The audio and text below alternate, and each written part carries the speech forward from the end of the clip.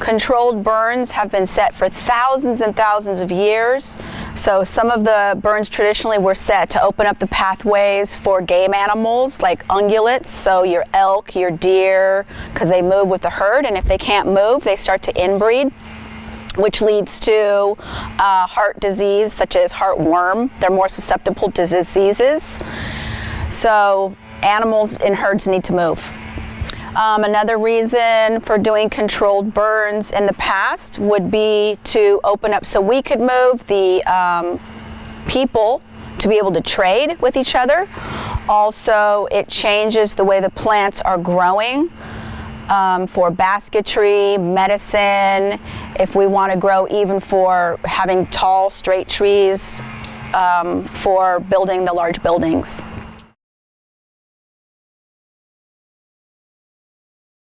California Indians used to burn much of the state almost on an annual basis, and when European and then American colonizers showed up, they didn't really understand what was being done. They didn't understand the complexity of California's ecosystems and California Indians' role in maintaining and in some cases even creating those ecosystems. And so what happened very early on was the first Spanish or Mexican governor of California actually made proclamations to specifically target Native, mostly women, to have them stop burning. There were issues of fear, as the pueblos were being set up. The residents there were afraid of seeing fire on the landscape. It wasn't something that was naturally part of their lives necessarily. So when they saw the land burning, they thought their property might burn or their homes might burn. And so they put the kibosh on that. And then after the 1850s, under American and Californian governance, same deal. Same issues of fear, misunderstanding of the role of fire in our watersheds, and the importance of Native people being able to continue that tradition. Having those practices stopped so long ago, our watersheds and landscapes have kind of a different fuel character to them now that creates far more hazardous conditions. One thing that hasn't changed pre and post colonization is that people are still the primary source of all ignitions for fires, especially on the coast of California. We don't have a lot of lightning here. So people or human infrastructure like power lines still create all of the ignitions for the most part. So that hasn't changed. Just our response to them and the conditions that those ignitions find themselves in the landscape.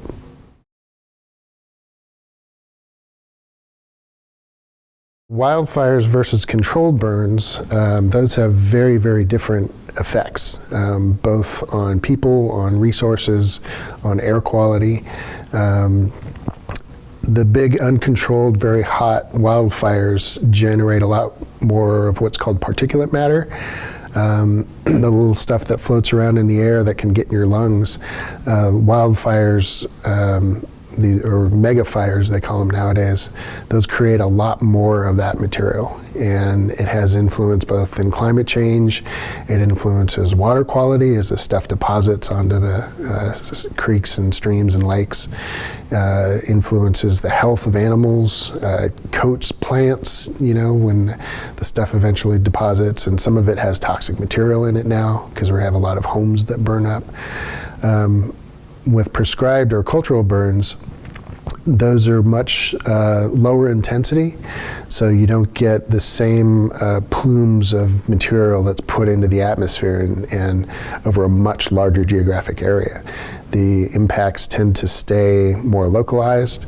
There are lower intensity impacts, so not as much particulate matter is kicked up, And those kinds of fires actually have restorative functions. They're part of a healthy ecology of local watersheds. They get rid of pests. If you burn under oaks, the smoke will go up into the canopy of the oaks and get rid of pests up there. Burns off the duff layer down below the trees, where you get other kinds of pests that'll eat the acorns, when it's time in October and November. So a lot of very restorative practices, nutrients, processing nutrients through the soil so the soil stays healthier. Just on and on and on. It's good for the plants. Actually, it's required for a lot of culturally significant plants, especially for basketry and food. If you look at how a plant grows, like a willow or a hazel or a redbud, it grows differently in response to being burned frequently than if it's not burned or not coppiced or gathered. You'll have a much different body form of that plant under those two different management scenarios, which in turn affect wildlife, and there's a whole cascading influence of good things that come from the right kinds of fire. California has experienced a pretty significant increase in the size and severity of fires, especially in the last few decades. There are a number of different reasons for that related to how we manage our land and terrestrial vegetation, but there's also climate implications. We are seeing more extreme events in terms of rainfall and drought, and that creates pretty hard conditions for all of our plant relatives out in the watersheds trying to survive. So that puts them under more stress. A lot more of them die, like in response to the drought that we had several years ago, where you'll have more than 1 million trees dying, or I think it's a bigger number than that, dying throughout the state or becoming weakened, and then that makes them susceptible to infestation by pests or creates more fuel for fire. So you have the potential for a lot more severe events and a lot larger events that ultimately puts people more at risk.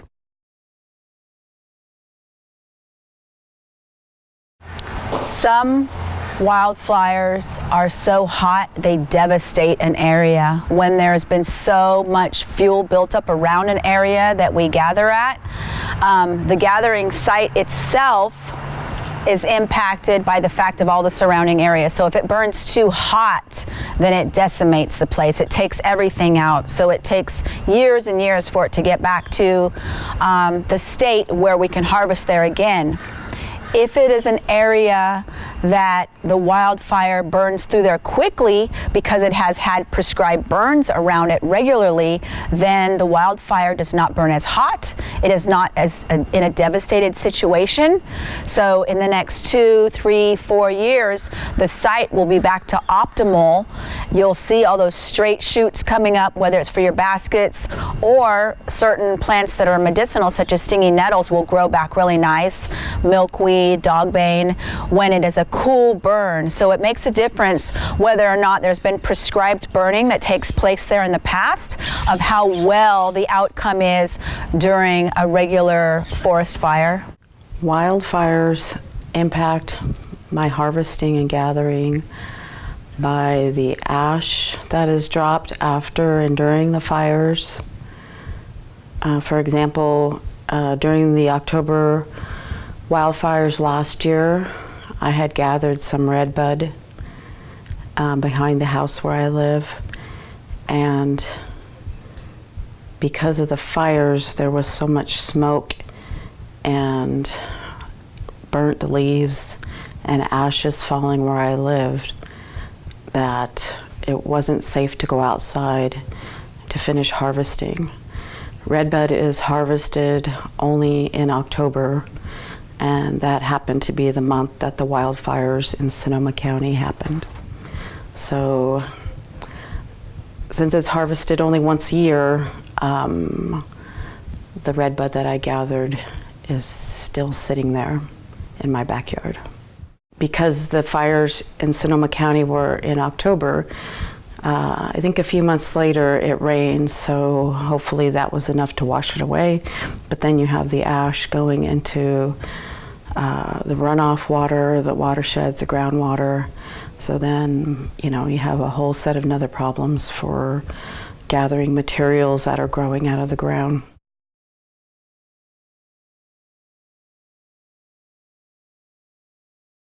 This year, we can't harvest in some of those areas.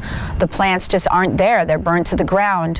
When it comes to our nut and fruit trees too, such as acorn, if they had all of that, those burned off, or the trees burnt to the ground, it takes hundreds of years for a heritage oak to grow. So you're not going to get the same amount of oaks or acorns from those trees if you get any at all.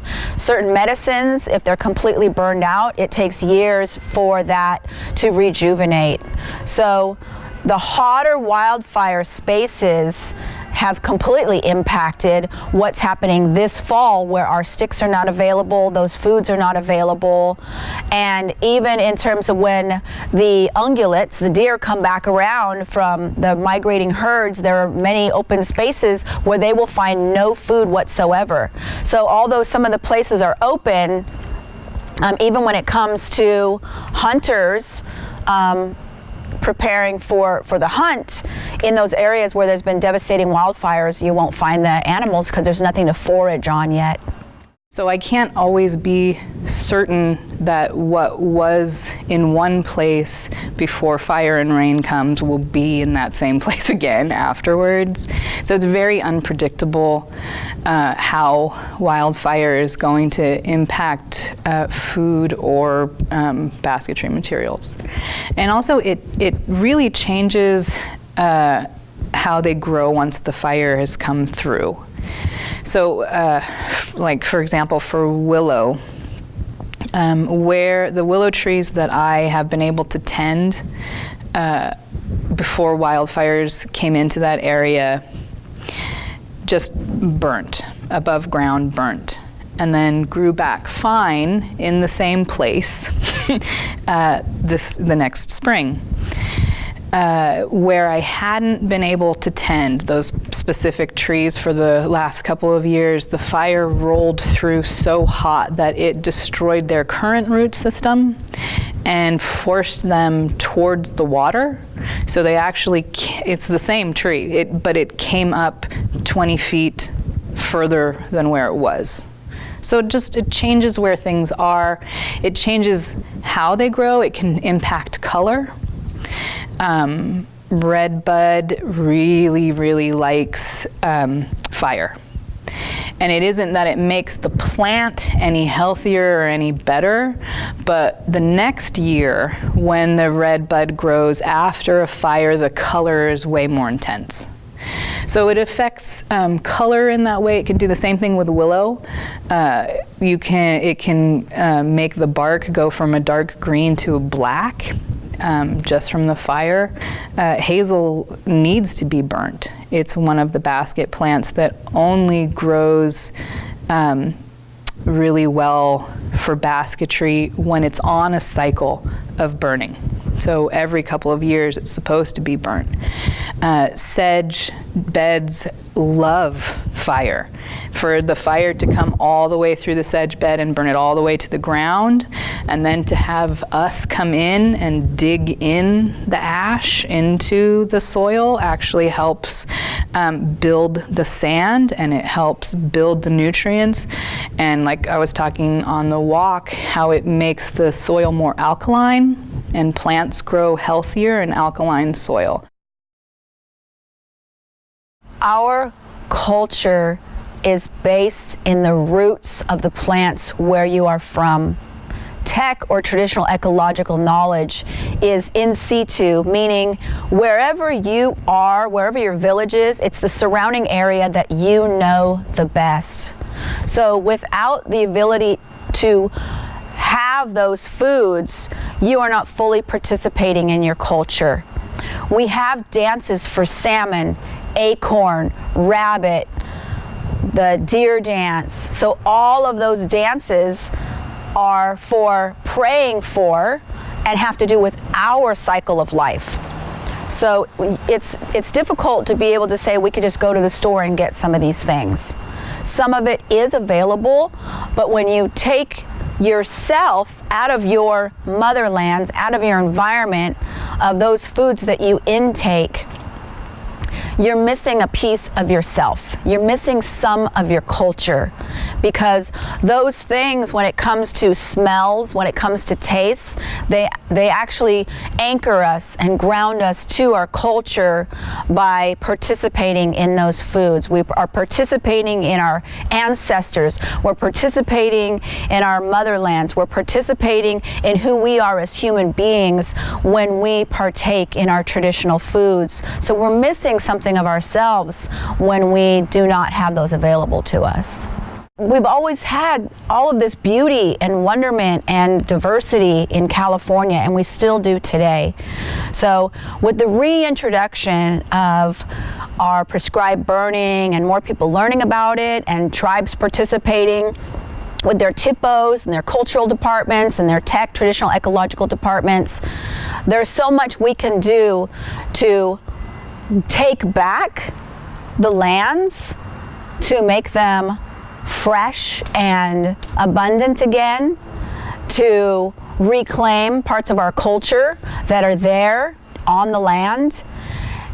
And it's just a beautiful thing that we have the ability to strike fire as human beings, to participate in that restoration and responsibility that was given to us by Creator. Everyone should know what kind of plants grow in their tribal area. Some are much more prone to high heat fires, which moves very quickly. Some plants burn, they have more volatile oils. Some plants are less prone to burning hot, and some plants are actually part of fire ecology. So you won't get new baby plants unless there's a burn. So depending on the type of plants or mosaics or different ecological niches, wherever that tribe is, you need to know that to understand how your fire is going to move. They burn at different rates, paces, and how the fire itself burns with the different plant life. So knowing that about the tribe, getting the training, and anyone who's interested, there are ways that that can happen.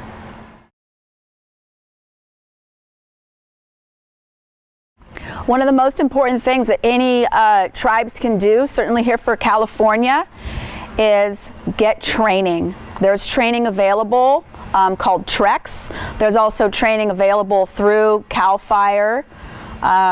You get what's called a red card when you have a certain amount of hours of training, and you do a PAC test so that when you go through the training to do prescribed burning, they know that you have the stamina to be out there with that fire. So they do where you cut a fire trail and then they burn back towards the center. So there's different people that are stationed at different areas. So training is very important on how to do this prescribed burning to begin with. Also, tribes can work with their MOUs, so the tribal entities working with CAL FIRE, working with their, if they're close to a national forest or the state forest, depending on where that tribe is. But for all the different tribes, even if they only have a couple people that are trained in fire, the local fire people can also be contacted to help your tribe do controlled burning. And there are different peoples that are trained in prescribed burning. There is both the Northern California Prescribed Burn Council, and there's also one for Southern California that can work directly with tribes. California Indian communities, I feel like there's a lot that people can still do, both in terms of protecting their own communities from wildfires, drawing on the wisdom of their elders to manage in many cases, they're very small parcels of land, but it's important that they manage those thinking more towards the possibility of out-of-control fires or mega fires coming through, but also in educating the non-native community. It's the responsibility of us as tribes, as caretakers of the land, as the stewards of the land, to make sure that our neighbors who own most of the land now have access to the kind of information that they need to manage it better. And I know that's hard a lot of times because of issues of trust and of marginalization and strained relationships between our communities a lot of times, but something's got to change. Some things have to improve. We have to be more open just within our communities about synthesizing information from our elders and from archaeology, from every source that we can get that information to inform ourselves better how we can manage land more wisely in this, in this 21st century, and then do our best to spread that information around and educate other people.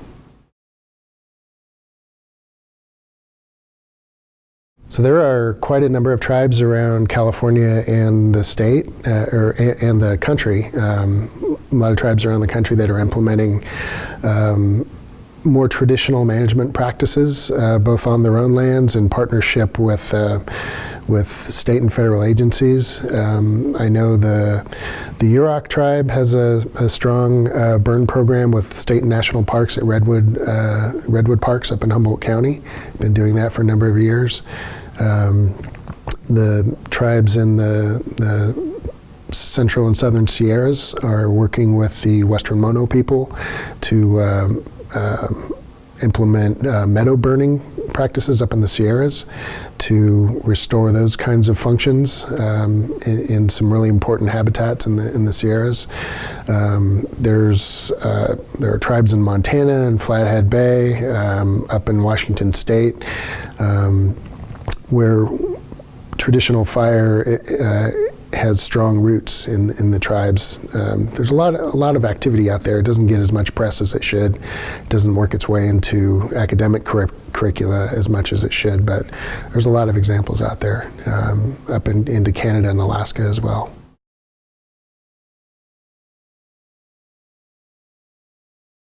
Have more and continued conversations and educating people, allowing CAL FIRE and BLM and BIA and all these entities to work together, utilizing those ancient practices and reintroducing the ways that we would burn, but utilizing the equipment and new technology. We need everyone's help, manpower of the tribes and regular citizens out there to become more fire savvy.